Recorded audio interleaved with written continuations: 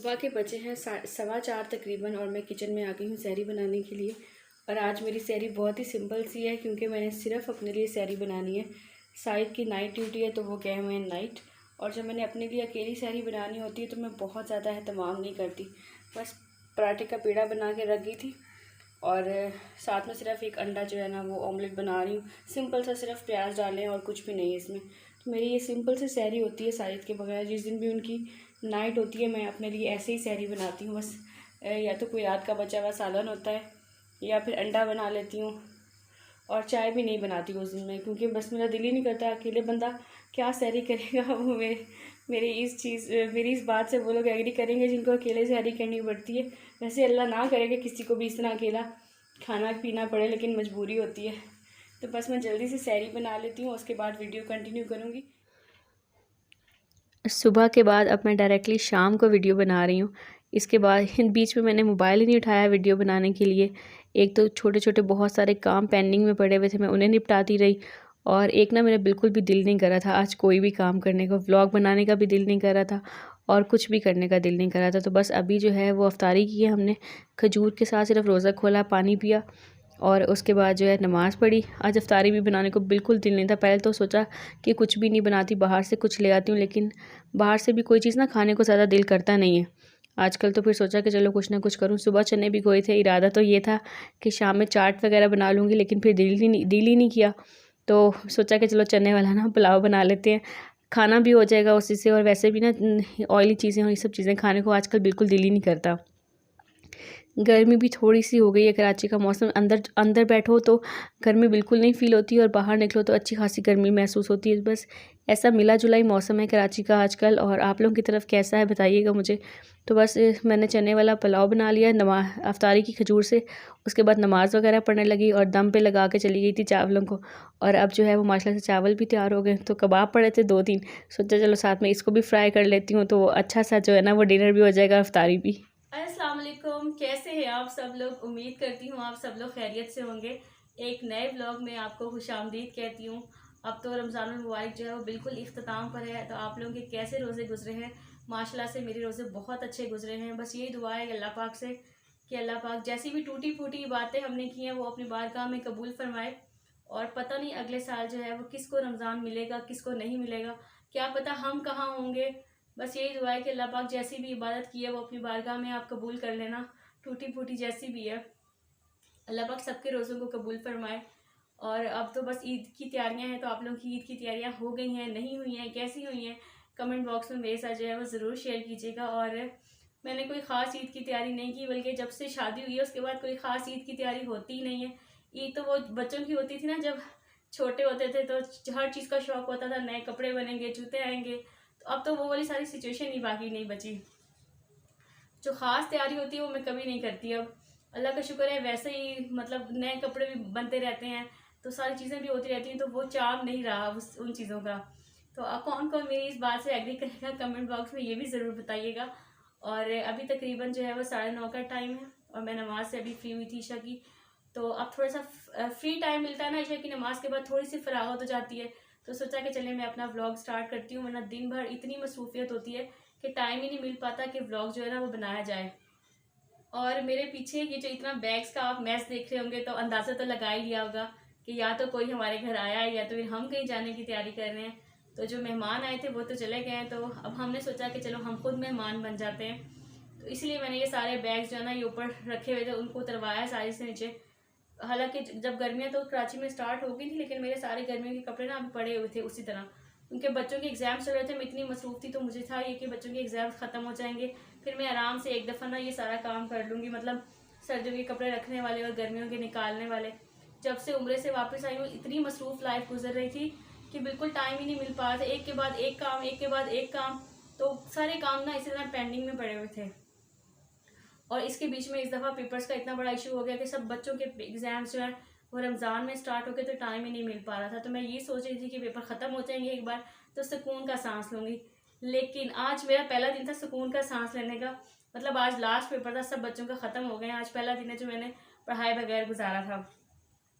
लेकिन साहिब को बहुत शौक था इस दफ़ा कि हम जो है ना वो ईद पंजाब जाके करें, क्योंकि जब से मेरी शादी हुई है तब से एक भी मैंने छोटी ईद पंजाब में नहीं की, मतलब अपने ससुराल में मैंने नहीं की। बड़ी ईद तो अक्सर चले जाते थे हम, लेकिन किसी भी छोटी ईद पर हम नहीं गए। तो साजिद को ये था कि चलो इस दफ़ा मौसम भी थोड़ा ठीक है, फ्री भी हैं थोड़े से, अभी एग्ज़ाम्स ख़त्म हुए हैं तो अभी वो मसरूफियत भी नहीं है, तो चलो इस दफ़ा जो है ना हम पंजाब जाके ईद करते हैं। क्योंकि उम्रा करके भी आए थे तो हम गए नहीं, जाते वक्त भी नहीं गए थे। चलो इसी बहाने सबसे मुलाकात भी हो जाएगी और थोड़ी सी ना आउटिंग भी हो जाएगी। पढ़ा के थके हुए हैं, हालांकि मेरे बिल्कुल हिम्मत नहीं थी, मेरा बिल्कुल इरादा नहीं था कहीं भी इस टाइम जाने का, क्योंकि मैं इतनी ज़्यादा थकी हुई थी ना। जहनी तौर पे एक थकावट होती है ना जिस्मानी आपकी, तो आप रेस्ट करते हैं वो आराम आ जाता है आपको। एक थकावट होती है जहनी तौर पे जिसमें रेस्ट के साथ आपको ना सुकून भी चाहिए होता है। तो मुझे ये था कि मुझे भी थोड़ा सुकून मिला है, तो मैं भी आराम सुकून से, कुछ नहीं करना, कहीं नहीं जाना, बस अपने घर पे रहना है और ना सुकून से ही टाइम स्पेंड करना है। लेकिन हस्बैंड की खुशी के आगे जो है वो आपको पता है फिर हार माननी पड़ती है। तो शायद ये खुशी थी, तो फिर मैंने कहा चलिए ठीक है, आप कह रहे हैं तो चलती हूँ आपकी खुशी के लिए मैं। लेकिन बहुत मुश्किल काम है, क्योंकि आज मैं फ्री हुई हूँ, अभी फिर ये पैकिंग वाला मरहला स्टार्ट हो जाएगा, फिर सफ़र, फिर वहाँ जाना, वहाँ भी सुकून नहीं। तो आपको पता है ये काफ़ी ज़्यादा बहुत थका देने वाला मरहला होता है। लेकिन खैर अब स्टार्ट तो करना है, जब हस्बैंड की खुशी के लिए हामी भर ली है तो काम तो करना पड़ेगा। तो मैंने आज ये सारे बैग्स जो है ना वो ऊपर से उतरवाए थे कि आप मुझे उतार दें, क्योंकि बीच में सिर्फ 1-2 दिन रह गए, तो मैं थोड़ी थोड़ी करके जो है ना वो पैकिंग स्टार्ट करूँ। तो बस अभी वो खोल के यहाँ बैठ गई हूँ, समझ कुछ नहीं आ रहा कि कहाँ से काम स्टार्ट करूँ और कहाँ से ना स्टार्ट करूँ, क्योंकि जब बहुत ज़्यादा काम आपको दिखाई देने लगता है ना तो फिर समझ ही नहीं आती कि काम जो है ना वो कहाँ से शुरू किया जाए। तो बस अभी साइड नमाज़ पढ़ के वापस आए नहीं, उनको थोड़ा टाइम लग जाएगा, तो मैं नमाज़ पढ़ के फ्री थी, तो मैंने कहा चलो चेक करती हूँ कहाँ से स्टार्ट करना है। तो बस वही लेकर बैठी थी मैं अभी, तो सोचा के साथ में व्लॉग भी स्टार्ट कर देती हूँ और आप लोगों को न्यू अपडेट भी दे देती हूँ कि इंशाअल्लाह इस दफ़ा जो ईद हमारी है वो पंजाब में होगी। तो बस यही, और जो चैनल पे न्यू है चैनल को सब्सक्राइब कर दें, वीडियो पसंद आए तो लाइक कर दिया करें, शेयर कर दिया करें और कमेंट तो ज़रूर किया करें। तो सबसे पहले खोलते हैं इस वाली ट्रॉली को और देखते हैं कि इसमें क्या है, क्योंकि कुछ याद भी नहीं है कौन सा सामान कहाँ रखा हुआ था। तो चले जी, सबसे पहले माशाल्लाह से एहराम निकल आया, क्योंकि उम्रे पे ये बैग साथ लेकर गए हुए थे। तो उम्रे की जब आए थे तो काफ़ी चीज़ें बस ऐसे पैक करके जल्दी जल्दी बस बंद करने की कर दी। तो अब जो है वो अब देखूँगी कि इसके अंदर क्या क्या चीज़ें हैं। कपड़े थे इसके अंदर, वो भी निकालने थे मुझे, तो फिलहाल तो ये एहराम निकल आया माशाल्लाह से, उम्रे की सारी चीज़ें, कपड़े भी सारे इसके अंदर ही पड़े हुए हैं। तो चले, उफ़ अल्लाह इतना सारा काम है, सच में समझ नहीं आ रही कहाँ से स्टार्ट करूँ, कुछ नहीं समझ आ रहा मुझे। अब ये सारे कपड़े हैं, इनमें से सिलेक्ट करने पड़ेंगे कौन से लेके जाने हैं कौन से नहीं लेके जाने हैं, और ये काम बहुत ज़्यादा मुश्किल लगता है मुझे। और इस दफ़ा टूर भी थोड़ा सा लंबा है, तो चीज़ें भी ज़ाहिर है फिर उसी के हिसाब से लेके जानी पड़ेंगी, कपड़े भी और बाकी चीज़ें भी। और एक एक चीज़ को याद कर करके पैक करना, यकीन करें ये सिर्फ लेडीज़ की हिम्मत है मुझे लगता है, जेंट्स के लिए तो ये काम बहुत ही मुश्किल होता होगा, वो तो नहीं कर सकते होंगे। तो अब ये देखना है कि इसमें से क्या लेके जाना है क्या नहीं लेके जाना, कौन सी चीज़ छोड़नी है, क्योंकि सामान का भी होता है ना कि अब जितना कम सामान साथ लेके जाए उतना अच्छा है, लेकिन फिर भी थोड़ा थोड़ा करते भी हर चीज़ रखते ज़रूरत की भी काफ़ी सारा सामान जो है वो बन जाता है। तो मुझे तो ये काम बहुत ज़्यादा मुश्किल लगता है, और मेरी तरह और किस किस को पैकिंग वाला काम जो है वो मुश्किल लगता है, कमेंट बॉक्स में मेरे साथ ज़रूर शेयर कीजिएगा, ताकि मुझे थोड़ी तसल्ली हो कि मैं अकेली नहीं हूँ और मेरे साथ और भी बहुत सारे लोग हैं इस तरह के जिनको पैकिंग करना बहुत बुरी लगती है। तो अब ये सारे कपड़े मेरे हैं और भी उधर भी पड़े हैं, तो अब मैं ये सब तलाश करूँगी, सिलेक्ट करूँगी कौन से लेके जाऊँ कौन से ना लेके जाऊँ। अभी पैकिंग करने का मैं सोच ही रही थी कि इतने में साजिद नमाज़ पढ़कर वापस आ गए, उन्हें कुछ काम था गुलशन हदीद, तो उन्होंने कहा कि चलो तुम भी मेरे साथ चलो, थोड़ी सी आउटिंग हो जाएगी बाहर, थोड़ी सी फ्रेश हवा में जो है ना वो सांस लोगी तो अच्छा लगेगा। तो मेरा कोई काम तो वैसे था नहीं, लेकिन मैं उनके साथ ऐसे ही आ गई और जो काम करना था उन्होंने वो कर लिया। उसके बाद मैंने कहा चले थोड़ी सी ना बाज़ार की रौनक देख लेते हैं। हालांकि मैंने कुछ ख़रीदारी वगैरह नहीं करनी थी, लेकिन चांद रात को और ख़ास तौर पे जो ईद के दिन होते हैं ना, बिल्कुल लास्ट डे वाले, उनमें जो बाज़ारों का रश होता है और जो बाज़ारों की रौनक होती है ना, वो भी देखने में बहुत मज़ा आता है। तो मैं ऐसे आ गई, यहाँ पे यकीन करें पहुँच के लगा कि सारी दुनिया लगता है बाहर निकल के आ गई, इतना ज़्यादा रश था कि आने और जाने वाले सारे रास्ते ना उन्होंने पुलिस ने बाइक्स वगैरह खड़ी करके बिल्कुल ब्लॉक कर दिए थे कि अंदर कोई बाइक वगैरह नहीं आएगी ना कोई गाड़ी आएगी। तो ये अपनी बाइक्स या जो भी चीज़ें उनको बाहर पार्क करें और उसके बाद फिर पैदल अंदर आएँ। तो पहले तो हमें बाइक खड़ी करने की जगह ही नहीं मिल रही थी, इतना ज़्यादा रश था। फिर हमें बाइक खड़ी की तो साइड ने कहा और बस थोड़ा सा ऐसे चक्कर लगा कर आते हैं। मैंने कहा चलें ठीक है हम आए और इतना ज़्यादा रश था और मैंने ऐसे बस घूमते घुमाते चीज़ों की कीमतें पूछी तो हर चीज़ की कीमत जो है ना वो डबल की हुई थी। मतलब जो 100 रुपये की चीज़ थी वो 200 में लगाई हुई थी। तो लेना तो मुझे कुछ भी नहीं था, बस ऐसे ही मैं रौनक देखने के लिए आ गई थी। अब हो गई है जी अगले दिन की मॉर्निंग, बल्कि मॉर्निंग क्या दोपहर ही हो गई, तकरीबन 12 बज गए हैं और अभी मैं 11 बजे सोकर उठी थी और सारे सामान को इकट्ठा किया। ये साइड की चीज़ें सारी इकट्ठी की हैं। रात को बाज़ार चली गई थी सामान को ऐसे ही छोड़कर, और हालांकि मैंने कुछ लेना नहीं था लेकिन ऐसे ही बस चली गई थी और वापस आई तो दिल ही नहीं किया, बस सो गई और फिर सुबह सहरी खा के दोबारा सो गई। अभी उठी हूँ, अब सोचा कि स्टार्ट करूँ पैकिंग, क्योंकि कल निकलना है तो फिर टाइम अब है ही नहीं बिल्कुल भी। तो पहले सारा साइज़ का सामान इकट्ठा किया कि पहले साइज़ की पैकिंग करती हूँ और उसके बाद फिर अपना ये देखिए अपना मैंने बाज़ार यहाँ लगाया हुआ है कि उसके बाद जो है ना वो फिर अपनी तो पता है तो ज़्यादा सोचना नहीं पड़ेगा, साइड की सोच के करनी है। तो इसलिए मैंने सोचा कि पहले इनकी कंप्लीट कर लेती हूँ ताकि सुकून आ जाए और फिर जो है वो अपनी करूँगी। और अभी भी जो है वो इतना मैस हुआ हुआ है, कुछ समझ ही नहीं आ रही कि कहाँ से स्टार्ट करूँ, लेकिन अब टाइम कम है क्योंकि अब तो शुरू करना ही पड़ेगा।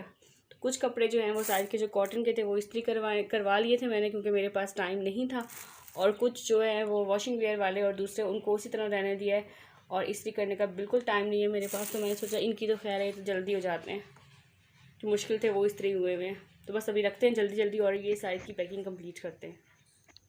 जो पैकिंग का काम है ना वो मुझे हमेशा से बहुत ज़्यादा मुश्किल लगता है। पहले जाते वक्त इतनी ज़्यादा मेहनत करनी पड़ती है, फिर जब वापस आते हैं तो वापसी में भी वही अनपैकिंग में भी उतनी ही मेहनत और उतना ही टाइम जो है वो लग जाता है। तो अक्सर औकात तो जब मैं पैकिंग करने लगती हूँ ना फिर मुझे गुस्सा भी ज़्यादा आता है और मैं साई से लड़ भी पड़ती हूँ। आज भी मैं उन्हें कह रही थी कि जो है मैं पैकिंग करूँगी पूरा दिन लगकर, क्योंकि बहुत ज़्यादा टाइम लग जाता है सारी चीज़ें इकट्ठी करनी, एक एक चीज़ को सोच के रखना करना, और फिर जो है ना बाकी घर के सारे काम आप आज करेंगे। तो उन्होंने कहा चलो सही है ठीक है तुम पैकिंग कर लो यहाँ आराम से और मैं बाकी चीज़ें देख लेता हूँ। लेकिन अल्हम्दुलिल्लाह अल्लाह का शुक्र है मेरे हस्बैंड बहुत ज़्यादा सपोर्टिव हैं, तो मुझे जो है ना वो परेशानी नहीं होती। हर चीज़ में मेरी जो है ना वो पूरी सपोर्ट करते हैं और पूरी मदद करवाते हैं साथ मेरी। और इस दफ़ा रमज़ान जो है वो बहुत बहुत ज़्यादा जल्दी गुजर गया, बिल्कुल पता ही नहीं चला, अभी स्टार्ट हुआ था और अभी जो है वो एंड के आखिरी अशरा भी शुरू हो गया और आखिरी अशरे के भी आखिरी रातें बिल्कुल चल रही हैं। तो समझ ही नहीं आई कि इतनी जल्दी रमज़ान इस दफ़ा टाइम गुजरा है ना, किस किस को लगा है मेरी तरह कि रमज़ान वाकई इस दफ़ा बहुत ज़्यादा जल्दी गुजर गया है। बस अल्लाह पाक रमज़ान जो है वो रोज़े कबूल कर लें। पता नहीं अगले साल नसीब में है देखना या नहीं देखना, ये तो मेरा रब ही बेहतर जानता है। तो बस यहाँ पे माशाल्लाह से मेरी ऑलमोस्ट जो है वो पैकिंग कंप्लीट होने वाली है, थोड़ी बहुत चीज़ें रह जाएंगी। तो बस आपको पता है वैसे तो आखिरी वक्त तो कुछ ना कुछ याद आता रहता है, लेकिन आज मेरा पक्का इरादा है कि जब तक पूरा काम नहीं होता ना मैं यहाँ से उठूँगी नहीं। और अल्हम्दुलिल्लाह अल्लाह का शुक्र है मेरी सारी पैकिंग जो है वो माशाल्लाह से कंप्लीट हो गई है। अब कल निकलना है, अल्लाह ताला खैर से कल का दिन लेकर आए। तो आप लोगों से अब इंशाअल्लाह नेक्स्ट वाले व्लॉग में मुलाकात होगी, तब तक के लिए इजाज़त दीजिए, दुआओं में याद रखिएगा, अपना बहुत ख्याल रखिएगा। अल्लाह।